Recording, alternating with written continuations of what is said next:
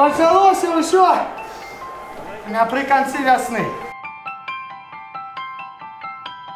Калі па-шчыраму валіць адсюль трэба назаўжды. Вось уже 6 гадоў ён перыядычна ные пра тое, што трэба з'язджаць. Будь угору, работа в Москве, экскурсовод. Я купляю білет на брэсцкі цягнік. Ён самы танны.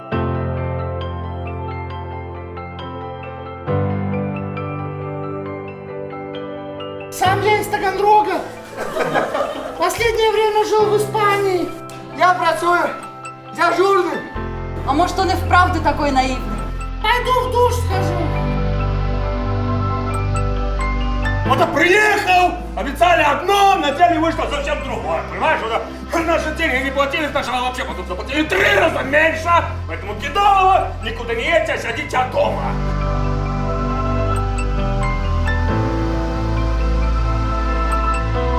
Ксюша, поехали со мной в Минск. Минск нас примет. Алло, мама! Вадим, нешта здарилося. Не, мама, все добре. Я просто хотел запитать, як твои справы? А у тебе все добре? Так, мам, у меня все добре.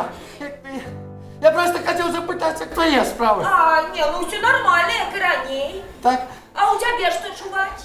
и у меня все добре.